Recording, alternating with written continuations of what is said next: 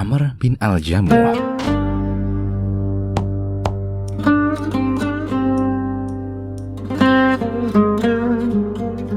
Buah-buah perjuangan Islam mulai tampak di Madinah. Inilah Mus'ab bin Umair radhiyallahu anhu, digerubungi sejumlah pemuda Yathrib yang menjadi kota yang baik dan bersinar, tidak seperti sebelumnya, buruk dan gelap.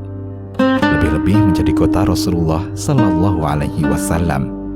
Di sekitar Mus'ab duduklah Khalad, Mu'adz, dan Mu'awad, anak-anak Amr bin Al-Jamuh, tuan Bani Salamah.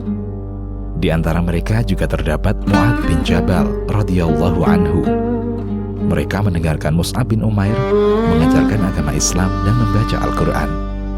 Akan tetapi, anak-anak Amr bin Al-Jamuh merasa sedih karena ayah mereka, Amr bin Al-Jamuh, tuan Bani Salamah, masih berada dalam kekafirannya. Ia menyembah berhala yang dinamakannya Manaf.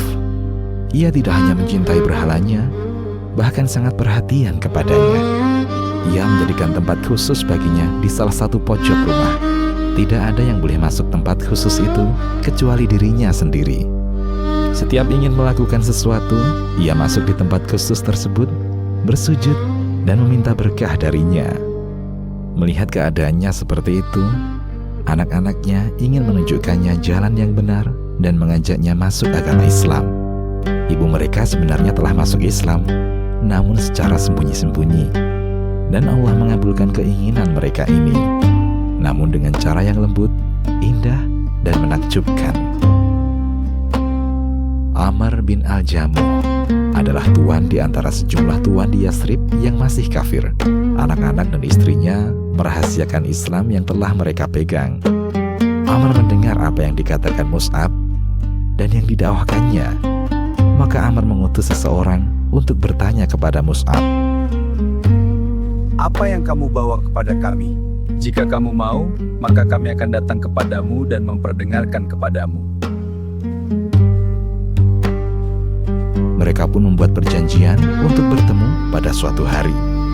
Pertemuan antara Mus'ab dan Amr pada awalnya tampak kering dan keras.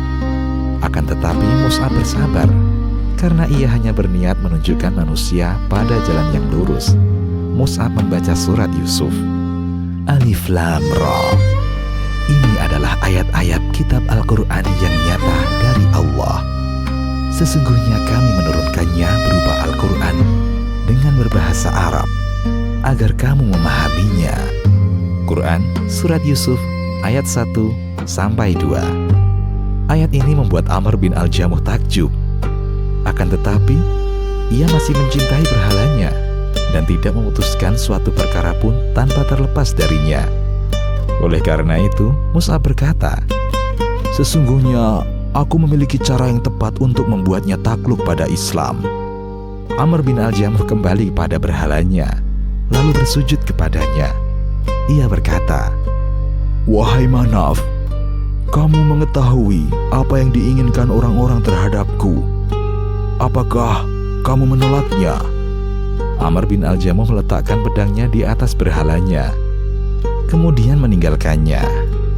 Mu'adz, anaknya, mengambil pedang tersebut dan menyembunyikannya. Tujuannya agar ayahnya mengetahui bahwa berhala ini tidak menimbulkan manfaat ataupun madarat, tidak juga menguasai dirinya sendiri. Amr bin Al-Jamuh datang. Setelah melihat pedang tidak ada, ia berkata, "Di manakah pedangku, wahai Manaf? Celaka kamu. Kambing yang lemah saja mampu membela dirinya." Selanjutnya ia berkata lagi, "Sesungguhnya aku besok akan pergi untuk melihat hartaku yang berada di Alia Madinah." Ia berpesan kepada keluarganya agar memperlakukan berhalanya dengan baik. Ia pun pergi ke Alia. Maka anak-anaknya mendatangi berhala. Mereka mengikatnya dengan tali dan meletakkannya di lubang tanah yang digunakan penduduk Yathrib sebagai tempat sampah dan kotoran mereka.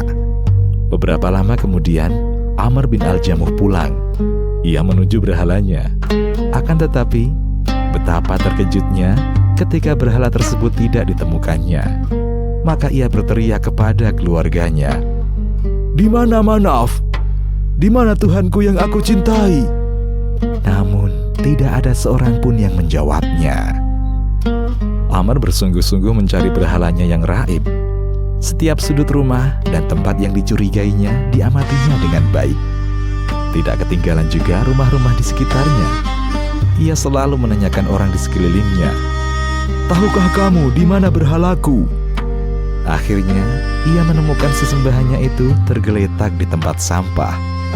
Baginya, ini adalah hal yang tragis dan sangat menyedihkan. Bersambung insya Allah. Demikian, Allahu a'lam.